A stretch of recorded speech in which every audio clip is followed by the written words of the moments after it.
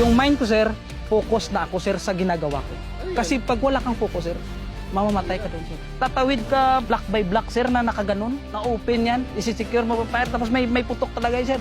Mga 7 times din sana na-snipe, na habang tumatakbo-takbo, na-survive ko yung lahat ng pinagdaanan ko. Masabi ko talaga yan. Bless ako, sir.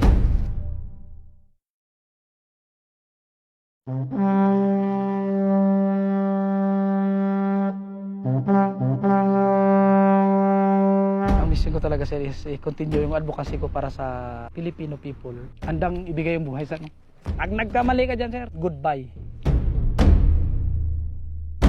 Yung fingers mo in battle, guided ka. Kahit saan ka, yung fingers mo nakatutok sa kalaban mo, sa enemy, guided ka ng Panginoon.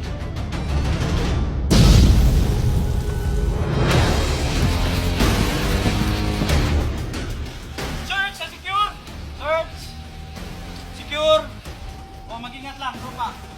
Kailangan ko maghanap ng paraan para mabuhay kami dito. Hindi ako mag-give up sa pagka-positibo na tao, sir. Lahat ng move namin, sinisigaw ko palagi sa mga kasamaan ko. Dalhin ang bintana, hindi pwede maiwan ang bintana, kaya importante ang bintana, i-ano natin yung bintana, dala-dala. Kung walang, tulad namin na Pilipino, kung walang Pilipino na magmamahal sa bayan, depensa sa bayan, sino, sir, sino ang magdidepend? Paano tayo? Bilang ito ngayon, advocacy ko na rin na marinig ng mga kabataan ito, kailangan natin yung bayan kasi Pilipinas atin ito eh. Atin ito, walang makano ito. Walang ibang taong magdepensa nito, kundi tayo lang.